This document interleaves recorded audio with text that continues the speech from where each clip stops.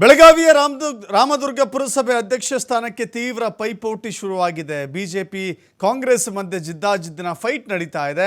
ಕಾಂಗ್ರೆಸ್ ಶಾಸಕ ಅಶೋಕ್ ಪಟ್ಟಣ್ ಆಪರೇಷನ್ ಹಸ್ತವನ್ನು ಶುರು ಮಾಡಿದ್ದಾರೆ. ಅಲ್ಲಿನ ಶಾಸಕ ಅವರು ಬಿಜೆಪಿ ಬಣ ರಾಜಕೀಯದ ಲಾಭ ಪಡೆಯಲಿಕ್ಕೆ ಕಾಂಗ್ರೆಸ್ ರಣತಂತ್ರವನ್ನು ಮಾಡ್ತಾ ಇದೆ. ಬಿಜೆಪಿಯ 5 ಜನ ಸದಸ್ಯರನ್ನ ತನ್ನತ್ತ ಸೆಳೆದಿದ್ದಾರೆ ಅಶೋಕ್ ಪಟ್ಟಣ್.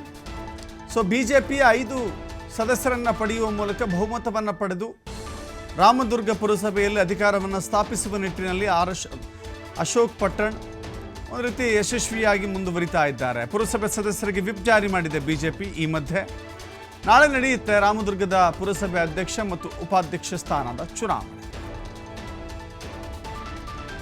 ಹಾಗೆ ನೋಡಿದ್ರೆ ಪುರಸಭೆಯ ಬಲಾಬಲವನ್ನು ನೋಡ್ತಾ ಹೋದರೆ ರಾಮದುರ್ಗ ಪುರಸಭೆಯ ಬಲಾಬಲ ಹೇಗಿದೆ? ಪುರಸಭೆ ಒಟ್ಟು 27 ಸದಸ್ಯರ ಬಲವನ್ನು ಹೊಂದಿದೆ. ಇದರಲ್ಲಿ ಬಿಜೆಪಿ ಸ್ಪಷ್ಟವಾದ ಬಹುಮತವನ್ನು ಹೊಂದಿದೆ. 16 ಸದಸ್ಯರ ಬಲವನ್ನು ಹೊಂದಿದೆ ಬಿಜೆಪಿ. ಅದರಲ್ಲಿ 5 ಸದಸ್ಯರನ್ನು ಕಾಂಗ್ರೆಸ್ ಸೆಳೆದುಕೊಂಡಿದೆ ಅನ್ನುವ ಆರೋಪ ಬೇರೆ ಇದೆ. ಜೊತೆಗೆ ಬಿಜೆಪಿಯ 5 ಬೆಂಬಲ ಕೊಟ್ಟರೆ ಕಾಂಗ್ರೆಸ್ಸಲ್ಲಿ ಅಧಿಕಾರಕ್ಕೆ ಬರೋದು ನಿಶ್ಚಿತ. ಕಾಂಗ್ರೆಸ್ನಿಂದ ಪದ್ಮಾವತಿ ಸಿದ್ದಲಿಂಗಪ್ಪನವರ್ ಅಧ್ಯಕ್ಷ ಆಗುವಂಥ ಸಾಧ್ಯತೆ ಇದೆ. ಪದ್ಮಾವತಿ ಅಧ್ಯಕ್ಷ ಆಗಲಿ ಅಂತ ಹೇಳಿ ಕಾಂಗ್ರೆಸ್ ಅಲ್ಲಿ ಆಪರೇಷನ್ ಹಸ್ತವನ್ನು ಶುರು ಮಾಡಿದೆ.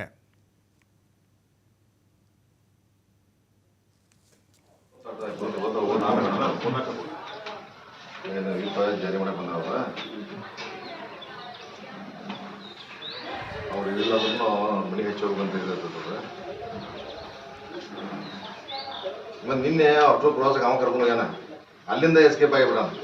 ಮತ್ತೆ ನಿನ್ನ ಬಂದು ಅರಿವಿ ಹೋಗೋದಂತಲ್ಲ, ನಾವು ಅರಿವಿ ಕೊಟ್ಟಿರ್ತೀವಿ. ನಿನ್ನ ಈ ಕಳಿಸಿ ಅಂತಲ್ಲ ಅರಿವಿ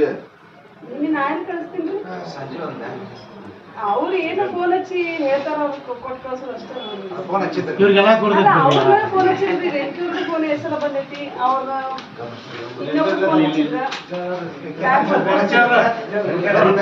ಏನ್ರಿ ಅವ್ರನ್ನ ಪಕ್ಷದ ಬಿಫಾರ್ ಮ್ಯಾಗ ಗೆದ್ದಾರವ್ರ. ನಮ್ಮ ಪಕ್ಷಕ್ಕನ ವೋಟ್ ಹಾಕ್ಬೇಕಾಗ್ತದ. ಈಗ ಸೋಮವಾರ ಚುನಾವಣೆ ಇರೋದ್ರಿಂದ ಅದಕ್ಕೆ 4 ದಿವಸ ಹೋಗ್ತೀನಿ, ಮತ್ತೆ ಬರ್ತೀನಿ. ನಾ ಅಲ್ಲೇ ಕಾಕಾರ ಜೋಡಿ ಅದಿನ ತಂದು ಹೋಗಾರ. ಅವ್ರು ಹೊಳ್ಳಿ ಫೋನ್ ಹಚ್ಚಿಲ್ರಿ, ನೀನ್ ಇವ್ರು ಬಂದ್ರು ಹೇಳ್ಯಾವ ನೋಡ್ರಿ. ನಾವು ಅಲ್ಲಿ ಹೋಲ್ರಿ ಅವ್ರ ಹೋಗಿ ಬರ್ಲಿ.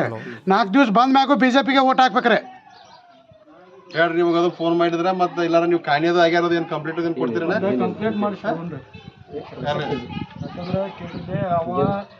ಅಲ್ಲ ನಿಮ್ಗೆ ಹೇಳ್ದ ಹೋಗಿದ್ದಲ್ಲ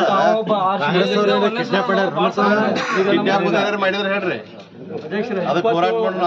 ಅಲ್ಲಿ ಕೇಳಿ ಸರ್, 16 ಮಂದಿ ಮೆಂಬರ್ದಾಗ ನಮ್ಮ ಸಮಾಜದಿಂದ ಒಬ್ಬ ಆರ್ಸಿ ಬಂದಿದ್ದ. ಓಕೆ.